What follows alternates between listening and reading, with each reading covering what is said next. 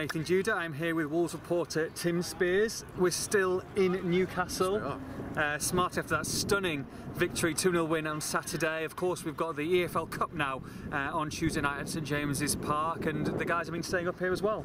Yeah, Wolves are still up here, staying about 10 minutes down the road. Very nice place. So yeah, I think it's good for them to get away with each other because they didn't have a pre-season together, obviously. So many players were signed after the head of the transfer deadline window closed. So it's a bit of like a team bonding exercise really, which like I said they haven't had the opportunity to have so far because there's been so many games in quick succession, then the international break where a lot of players left.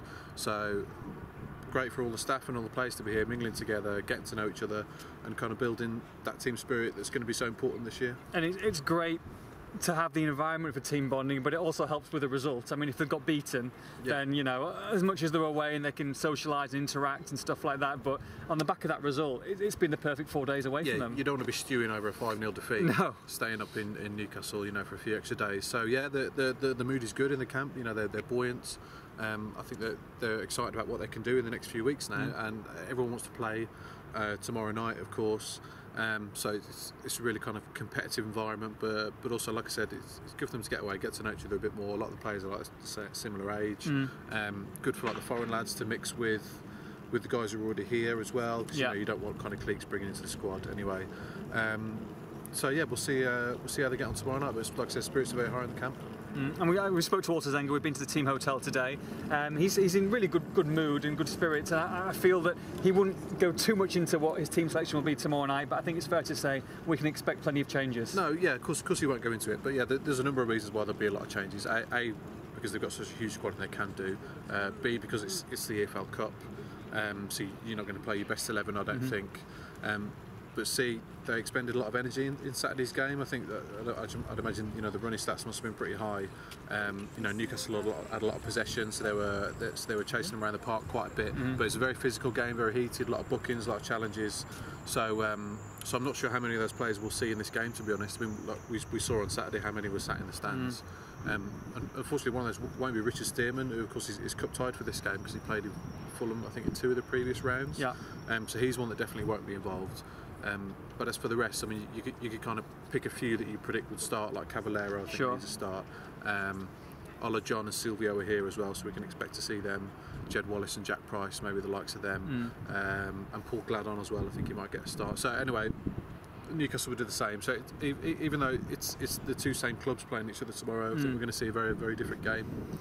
And Rafa Benitez wasn't too impressed with the result, and I think he's spoken today, and he'll be looking for revenge. He will. Well, it's like Wolves lost 4-0 to Barnsley. You know, they needed a reaction in the next game, and Newcastle were outplayed on Saturday, outbullied on their own turf after winning 6 in a row. So it was a bit humiliating for them, really. So they'll be wanting to show a reaction. Like I said, after what was quite a heated game, I'm sure that they'll be well up for it as well. So I think we can expect quite a decent encounter. So quite look forward to it. And extra time and penalties if necessary? No thanks. No thanks. Someone was driving back straight after the game, so yeah, no thanks. But no, I think it will be a pretty tight game. It's probably quite hard to call actually. We know that Newcastle are going to play a strong team. They've got the likes of Mitrovic to come in and Cole back, who didn't play on Saturday. Even players like Daryl Murphy haven't even got on the bench for them, you know, signed from Ipswich a few weeks ago. They're going to put out a strong team. Can probably expect quite a flat atmosphere. I think Wolves have taken about 400 fans so far, or they've sold 400 tickets so far. Surely that could potentially rise, though, you know, with people seeing that result and maybe going to the game that they wouldn't have already. Potentially, although it's not the kind of game you just come to off the cuff, is it? Because, you know, you're not going to get a train back after the game, are you? So you can have a night out. Well, yeah, you can do. So I can't imagine it's going to be the biggest ever attendances, but it'll be completely different Saturday because Wolves can kind of play with a bit more freedom this time, I think. And kind of, you know, it's very much the game plan was to stop Newcastle playing on Saturday. This will be very different. I think we'll see a different style of play, but hopefully the same result as far as Wolves are concerned. Because, you know, if they get through, they'll be looking for a big draw in the next round, or even if they get, say, an easier draw, you know, they'll be looking to progress in this competition. They've got the squad to do it. For the first time that I can remember, you know, Wolves have got. They can play two separate teams of 11, as Zenga has said. So there's potential for a bit of a run in this competition, but it's not a run that would damage their prospects in the league necessarily. So it's a bit of a no-brainer as to wanting them to progress. And the lads who were on the bench, or albeit not in the squad for Saturday, they'll probably look at that and the result, and they'll think, okay, these guys could, are going to have a chance now in the league, probably on a more consistent basis, and this is their time now to prove that they're worth something. Yeah, possibly. I think, well, this is the benefit of squad rotation, is that they're going to want to come in and they have to prove themselves. Yeah. I mean, I think we saw with Dave Edwards as an example on Saturday.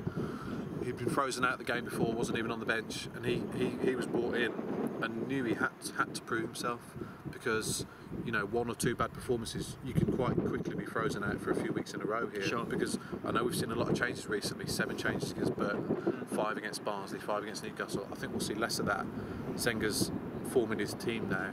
I think we've seen someone like Roman Sace come in and pretty much make himself undroppable for a big league game, just in that one performance. Bodvarsson, who's already kind of cemented his place in the first team, I think.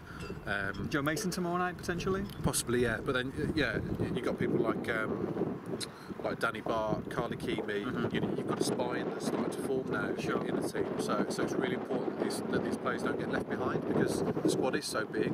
You've got people like Dicko coming back, Jordan Graham, and then Mike Williamson and Zyro to follow. So you don't want to get left behind. You could quickly get frozen out. So I think that's the benefit of squad rotation at the moment that we'll see. Everyone's been kept on their toes, but they all feel like they're involved still at the moment. That won't last forever. You can't have 25 players all feeling that they're involved and on the cusp of the team. Things will start to settle down a bit now. So yeah, it's a big night for quite a lot of players tomorrow night. Wolves were 6-1, 7-1, I think, with some bookmakers to beat Newcastle at the weekend. The 9-2, 5-1 now, and you fancy that they might do a double? Yeah, like I said, the pressure's off really, and there's a lot of players that have got a point to prove still again. So, playing in a big stadium, they kind of rise to that occasion again. Play with a bit of freedom. I quite fancy them to get a result, but mind you, I haven't said that we didn't fancy them to get one on Saturday, and they did. So I'd ignore our predictions at all costs. But I think it'd be pretty tight. I don't see either team comfortably beating the other. Extra time's got me the favourite for me, to be honest. But I can see Wolves edging it. They've got such a strong squad. If the likes of Bodvarsson are on the bench as well, and Helder Costa, etc., to come on, it looks pretty positive, doesn't it, from Wolves' point of view? Absolutely, can't wait. Me and Tim will be at St James's Park tomorrow night. For all the build-up on that one, make sure you log on to expressandstar.com.